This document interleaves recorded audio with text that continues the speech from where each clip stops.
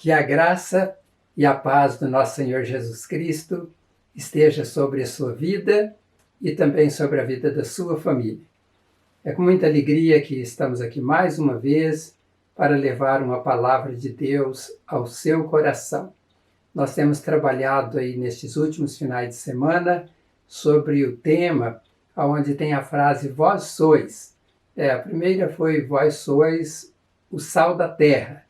E depois nós trabalhamos vós sois a luz do mundo.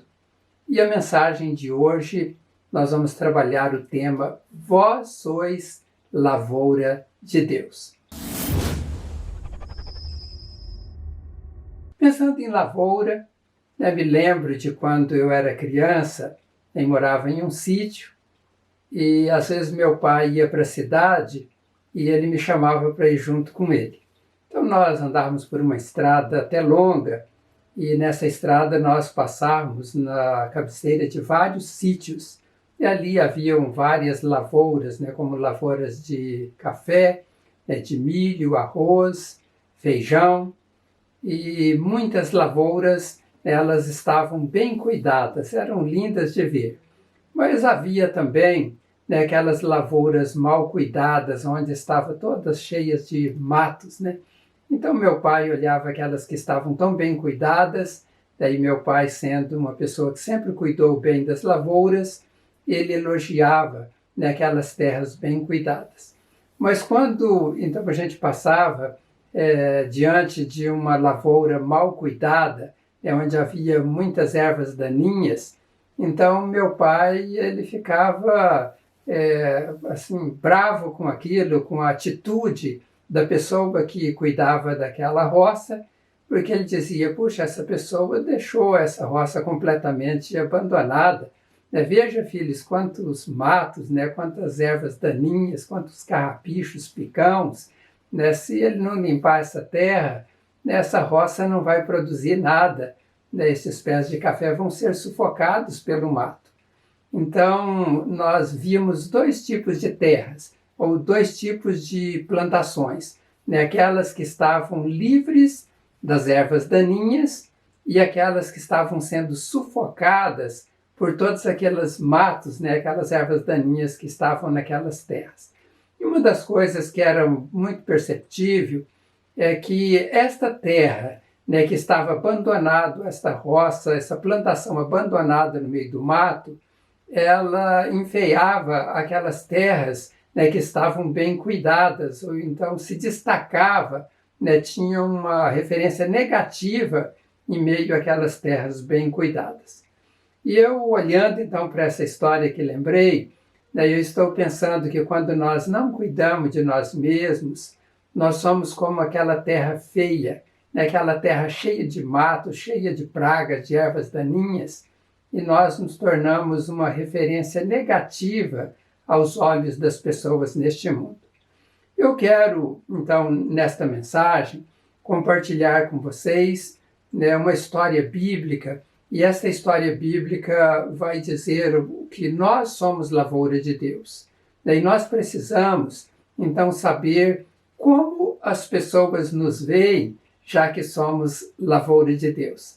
Esse texto está em 1 Coríntios, no capítulo 3, e eu creio que vocês sabem que os livros aos Coríntios, as cartas aos Coríntios foram escritas pelo apóstolo Paulo.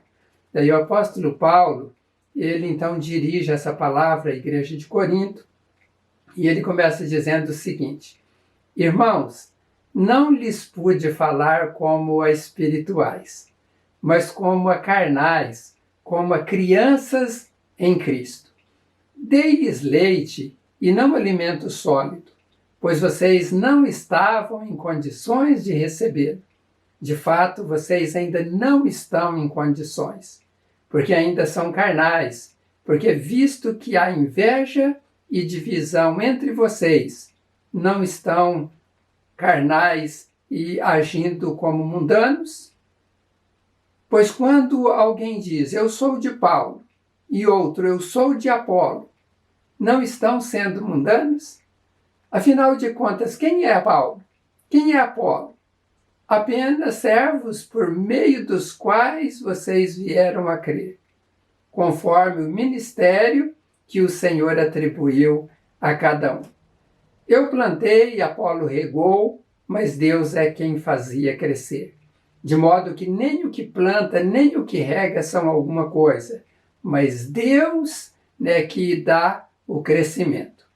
O que planta e o que rega têm um só propósito, e cada um será recompensado de acordo com o seu próprio trabalho. Porque nós somos cooperadores de Deus. Vós sois lavoura de Deus e edifício de Deus. Este capítulo é muito rico em seus ensinos. São muitos pontos importantes que Paulo destaca em todo este capítulo. Mas nós não vamos ter tempo de passar para vocês estes pontos todos que Paulo relata. Eu vou falar apenas alguns deles na mensagem de hoje. Nós vamos começar primeiramente vendo o que Paulo falou antes de dizer que somos lavoura de Deus. Ele começa ali no capítulo 3, no verso 1, dizendo: irmãos, não dispude falar como espirituais, mas como carnais, como crianças em Cristo. Depois ele continua dizendo: ao dei-lhes leite e não alimento sólido, porque vocês estavam sem condições de receber então este alimento sólido. E por que Paulo ele dirige esta carta desta maneira àquela igreja? E ele responde isso no capítulo 3, no verso 3 de 1 Coríntios, que o motivo é porque havia inveja e divisão entre aqueles cristãos daquela igreja. Eles estavam agindo como mundanos, Paulo fala isso na sua palavra.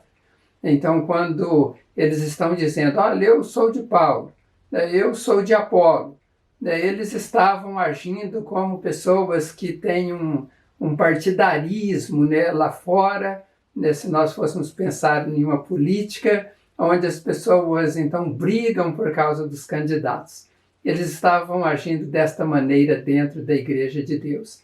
E Paulo então mostra a eles que tanto ele, o apóstolo Paulo, como o Apolo, eles não eram nada, eles eram apenas servos de Deus, cooperadores de Deus, ele diz lá na sua palavra.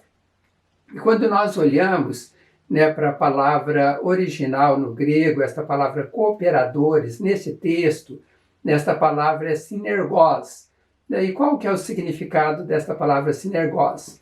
Esta palavra ela tem o sentido de pessoas que trabalham juntas, são colegas de trabalho, e elas trabalham então colaborando uma com a outra para o bem daquela causa pela qual eles estão trabalhando. Então Paulo ele passa esta mensagem à igreja de Corinto, que ele e o Apolo não eram adversários. Já que falei de política, não eram como adversários políticos, cada um defendendo uma bandeira diferente. Tanto Paulo quanto o Apolo, eles defendiam a mesma bandeira, o mesmo evangelho, que é o evangelho salvador de Jesus Cristo. E Paulo, então, ele está dizendo para a igreja: olha, nós somos colegas de trabalho, nós estamos caminhando na mesma direção, nós queremos que vocês vivam unidos, que vocês sejam edificados, com o amor que Cristo quer que sejamos. E vocês não podem, então, ter essa disputa aí dentro da igreja, querendo tomar partido de seguir a mim ou de seguir a Apolo. E Paulo sabia que se eles fossem nessa direção, eles iriam dividir aquela igreja. E esta atitude da igreja que estava entrando em uma disputa, ela afrontava de uma forma contundente aquilo que era o desejo de Jesus Cristo, que é o desejo de ter uma igreja unida, uma igreja onde as pessoas pensem da mesma maneira, onde caminhem na mesma direção. Jesus, na sua oração sacerdotal, registrada no Evangelho de João, capítulo 17, ali no verso 21, ele até orou, dizendo ao Pai para que todas as pessoas que o seguissem fossem um. Assim como ele era um com o Pai, é o desejo dele que a igreja também seja uma igreja unida, onde há unidade do corpo de Cristo. E eu pergunto, será que hoje há esta união né, de que Paulo queria que tivesse ali na igreja de Corinto, né? Será que esta união, esta unidade, aquela que Jesus orou para que houvesse dentro da igreja, nós precisamos cuidar para que não venha acontecer essas divisões na igreja do nosso Senhor Jesus Cristo, da qual nós fazemos parte, né, onde há essas possibilidades de pessoas quererem seguir mais um, outro querer seguir outro, um não vai participar de uma reunião quando é um que vai dirigir a reunião, ou não vai ouvir uma mensagem, uma pregação quando é um ou outro. Então há esse tipo de problema, sim, nós precisamos admitir dentro da igreja. E é esse tipo de problema que o apóstolo Paulo está atacando neste texto, né? Ele estava percebendo que aquilo seria um problema para a vida de muitas pessoas que estavam vivendo ali em Corinto na igreja, mas não só para aquelas pessoas, as outras que estavam de fora, porque uma pessoa de fora chegando em uma igreja dividida, logo ela vai perceber nestes problemas e ela não quer fazer parte desta igreja. Então nós sabemos pelas Sagradas Escrituras, né, que tanto Paulo quanto Apolo eram pessoas capazes, pessoas capacitadas, pessoas chamadas por Deus para ministrar a palavra, para evangelizar as pessoas e orientar aquelas pessoas no que elas deveriam fazer. Apolo, ele era um homem de Deus, né, natural de Alexandria, um homem eloquente, muito eficaz na exposição das Escrituras, né, e ele ministrou, então, na cidade de Corinto, depois que Paulo saiu de lá em viagem missionária, né, quando Paulo foi para a Síria. Diz a história cristã que o grupo de pessoas que seguia Apolo, eles eram formados pelos crentes elitistas, né, intelectuais, filósofos e sábios, né, que moravam lá em Corinto. E Apolo, por ser de Alexandria, um grande centro filosófico, com certeza ele era uma pessoa que falava muito bem, né, ele tinha a característica provavelmente dos filósofos da época para ensinar, né, então aquelas pessoas que eram mais da classe elitizadas, os mais intelectuais, eles estavam então muito interessados em ouvir a fala de Apolo. Né, Paulo, sendo uma pessoa muito intelectual também, nós sabemos que Paulo era muito conhecedor da palavra, ele foi criado aos pés de Gamaliel, um rabino, né, que fazia parte dos líderes do Sinédrio. Então Paulo, ele soube, né, de toda a história do povo judeu, ele depois também recebeu a revelação de Deus, daquilo que Jesus veio fazer ao mundo, e Paulo estava muito bem preparado para passar a palavra àquelas pessoas. Mas Paulo, ele tinha uma característica muito importante. Ele, quando falava com pessoas mais simples, né, ele mudava a sua forma de falar. Ele até diz que falava, né, com sábios, né, e ele usava de sabedoria para ganhar algumas. Ele fazia de tolo para com os tolos para ganhar, né, também os tolos, ou pessoas que eram menos esclarecidas. Ele fazia, né, de acordo com aquilo que as pessoas seguiam a lei, para ganhar aqueles que eram da lei e também aqueles que não seguiam lei nenhuma, ele também se adequava àquele sistema e àquele estilo de vida para que as pessoas fossem alcançadas. Mas então, havendo essa diferença entre Paulo e Apolo, né, a igreja teve este problema, né, onde uns queriam seguir Paulo e outros queriam seguir Apolo. E é importante nós observarmos que Paulo, ele não apenas ataca esse problema dentro da igreja, mas ele mostra algumas coisas valiosas que nós precisamos também tirar como exemplo para a nossa vida. Daí eu quero destacar alguma dessas coisas. A primeira delas é que ele e Apolo não eram nada, eles eram apenas servos de Deus. Ele fala isso lá no verso 5 do capítulo 3 de 1 Coríntios, e ele começa fazendo perguntas. Ele diz, afinal de contas, quem é Apolo? Quem é Paulo? E ele responde, somos apenas servos de Deus, por meio dos quais vocês vieram a crer, conforme o ministério que o Senhor atribuiu a cada um. Então Paulo, ele chega à conclusão, diante daquele povo, que eles não eram nada. Eles estavam neste mundo para servir a Deus, para serem cooperadores de Deus, e através deste trabalho eles poderem então conduzir pessoas a Cristo. Então não precisava as pessoas quererem colocar Paulo ou Apolo num pedestal, né, e achar que um era melhor do que o outro, que então eles podiam, cada grupo, escolher quem queria seguir, né, porque Deus, né, colocou tanto Paulo quanto Apolo para cooperar com o propósito de Deus neste mundo. E eles eram servos de Deus, eles não eram nem um astro, nem uma estrela, assim dizendo, para que pudessem ser disputados por preferência dos habitantes lá de Corinto. Em segundo lugar, né, Paulo também nos ensina que, embora, né, ele e Apolo estavam ali trabalhando para Deus, né, e plantando então a semente no coração daquelas pessoas, estas sementes elas não iriam surtir efeito, não iriam produzir, né, e não ia dar crescimento àquelas pessoas se não houvesse ali uma ação poderosa de Deus. Então, embora ele plante, Apolo regue, é Deus quem dá o crescimento. Ele diz isso lá no verso 6 e verso 7 do mesmo capítulo 3 de 1 Coríntios, onde ele diz: eu plantei, Apolo regou, mas Deus é quem faz crescer. De modo que nem o que planta, nem o que rega são alguma coisa, mas unicamente Deus que efetua o crescimento. O que ele está dizendo é que não adianta, né, escolher o mais eloquente ou o mais sábio, né, para crescimento, porque Deus ele usa os servos dele da maneira que quer, né, para o crescimento de todo o corpo de Cristo. Então, talvez a pessoa corre atrás do sábio e ele vai até talvez adquirir um certo conhecimento, uma sabedoria, mas se aquela pessoa não tem a unção de Deus, né, se essa pessoa não é uma pessoa que é consagrada a Deus, essa eloquência dele, essa sabedoria, não vai mudar nada na vida das pessoas. Vai ser apenas uma aula que a pessoa vai dar para uma outra, mas sem uma transformação de vida.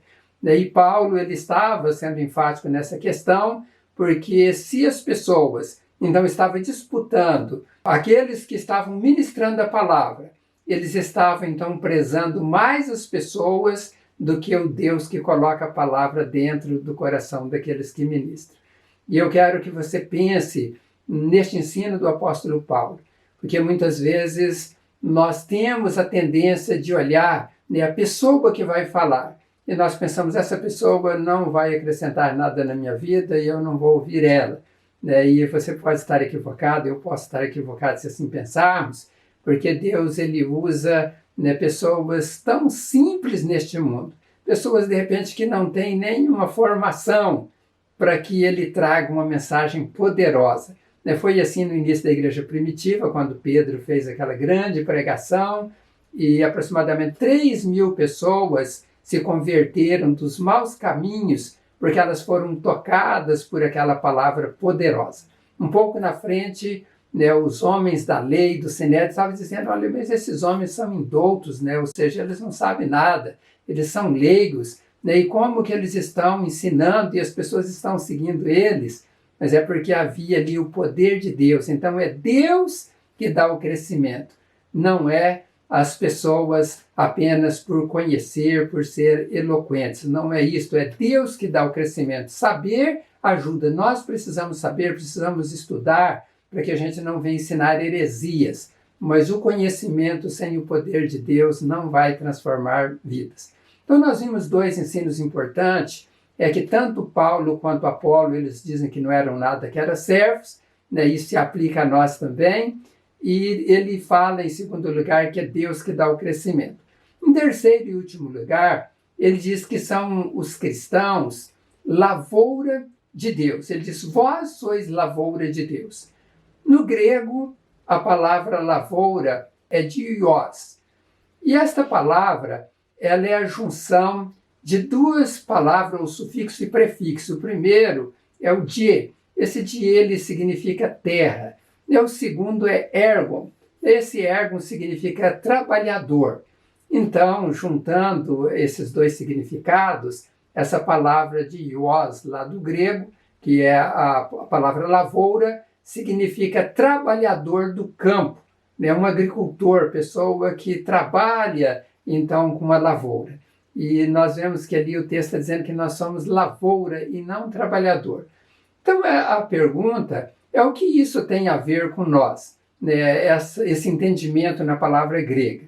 E o que tem a ver é que se nós pensarmos apenas no sentido de que somos lavoura, nós achamos que é o agricultor que precisa cuidar de nós. Até nós encontramos algumas pessoas na nossa caminhada e que elas não estão bem espiritualmente, algumas até se desviaram dos caminhos de Deus, e elas dizem assim, eu estou assim porque não cuidaram de mim, eu estou assim porque o pastor não me visitou, eu estou assim porque o pastor não me deu atenção, porque eu não fui aconselhado. Então, essa pessoa está se colocando numa condição de lavoura, onde tem alguém que precisa ficar cuidando todo o tempo da vida dela. E a palavra que nós encontramos ali no grego, ela vai além disso, porque esta palavra, ela significa, então, um trabalhador do campo, uma pessoa que mexe com a terra. E eu estava pensando, então, como que se aplica? Será que a tradução, então, saiu errada, dizer que somos lavoura de Deus? Não, não saiu errado. É que há algumas plantas que elas movimentam. Eu sei que todas movimentam em uma direção, umas vão para cima, outras rastejam. E eu me lembro de uma vez, estava mexendo em um jardim, em uma grama, aquela grama esmeralda. Ela é uma grama que é bonita, mas ela é um pouco fraca. E tem essas outras gramas, eu não me lembro o nome agora, tem tantas espécies de grama, mas essas que normalmente estão nos canteiros aí das avenidas, é uma grama muito forte, esta que o pessoal usa nos campos de futebol. Então havia ali alguns brotos dessa grama no meio da grama esmeralda. E eu larguei lá, não mexi com ela, e quando passou um tempo, essa outra grama, nessa do campo de futebol, estava sobrepondo sobre a esmeralda, estava sufocando ela. Então, se eu não vou lá e arranco esta grama, ela tinha acabado com a grama esmeralda, porque ela caminhou por cima da outra grama e ela foi sufocando. Então, nós, como lavoura de Deus, nós precisamos também mover, para sobrepor sobre as ervas daninhas e não deixar que as ervas daninhas da vida sobreponham sobre nós. Nós precisamos sobrepor sobre o pecado, com uma vida de santidade, uma vida exemplar que Deus nos chamou para vivermos neste mundo. E nós sabemos de algumas coisas que impedem as lavouras de avançar, de irem adiante, de se tornarem frutíferas.